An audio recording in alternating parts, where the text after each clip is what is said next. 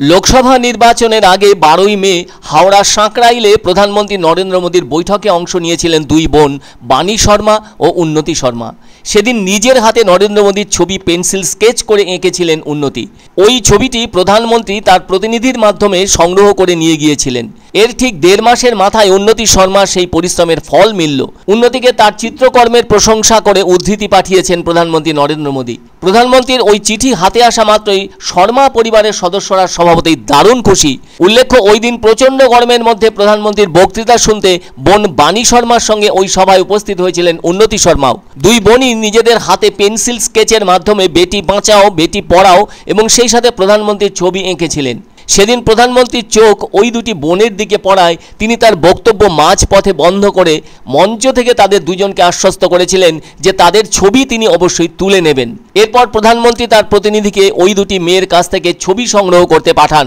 ওই প্রতিনিধি তাদের কাছ থেকে ছবি তুলতে এলে তারা সেই আবেগে কেঁদেও ফেলেন। এমনটা মঞ্চ থেকে লক্ষ্য করে প্রধানমন্ত্রীও সেদিন আবেগাপ্লুত হয়ে পড়েছিলেন। তারপরই তাদের বাড়ির ঠিকানা নেন প্রধানমন্ত্রী। কাজের ব্যস্ততার ফাঁকে অনেকগুলো দিন অতিবাহিত হলেও প্রধানমন্ত্রীর মনের মধ্যে স্পষ্ট রয়ে গেছে হাওড়ার চিত্রশিল্পী দুই বোনের কথা। ফলে তিনি ওই দুই বোনকে চিঠি পাঠান তাদের বাড়ির ঠিকানায়।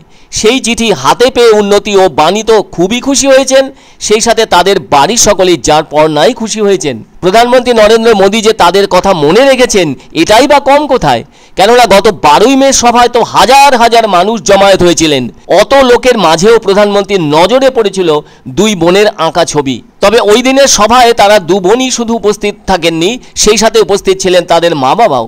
আর তাদের সঙ্গে ছিল মোদির একটি ছবি এবং বেটি বাঁচাও বেটি পড়াও স্লোগানের একটি পোস্টার।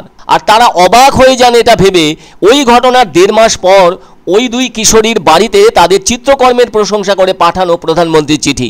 সেদিন প্রধানমন্ত্রী কিন্তু স্পেশাল প্রোটেকশন গ্রুপকে ওই ছবি দুটি সংগ্রহ করার আবেদন জানিয়েছিলেন। এদিকে ওই দুই বোন কোনোভাবেই ভাবতে পারেননি তাদের স্বপ্ন সত্যি হবে। আবার ওই দিনের সভায় প্রধানমন্ত্রী নরেন্দ্র মোদীর ব্যবহার প্রত্যক্ষ করে দারুণ আনন্দ পেয়েছিলেন তারা, যা তাদের সারা জীবন মনে থাকবে। উন্নতি জানায় তারা সোমবার ওই প্রশংসাপত্রটি পান।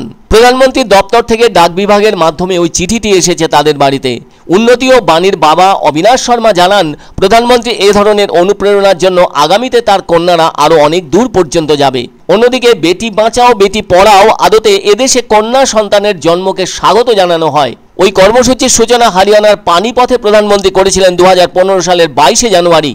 একই সাথে নারীর ক্ষমতায়নের বিষয়টিকেও যুক্ত করা হয়েছে ওই কর্মসূচির বিশেষ ধারণাটির সঙ্গে। সারা দেশের কন্যা সন্তানের বিকাশ সম্পর্কে সচেতনতা প্রসারের লক্ষ্যে কর্মসূচিটির প্রথম পর্যায় হিসেবে বেছে নেওয়া হয়েছে 100টি গ্রামকে। এ ব্যাপারে পাঞ্জাবের মনসা জেলা কর্তৃপক্ষ স্কুলে পড়া কন্যাদের নিয়ে একটি অনুষ্ঠানেরও আয়োজন করেছিল।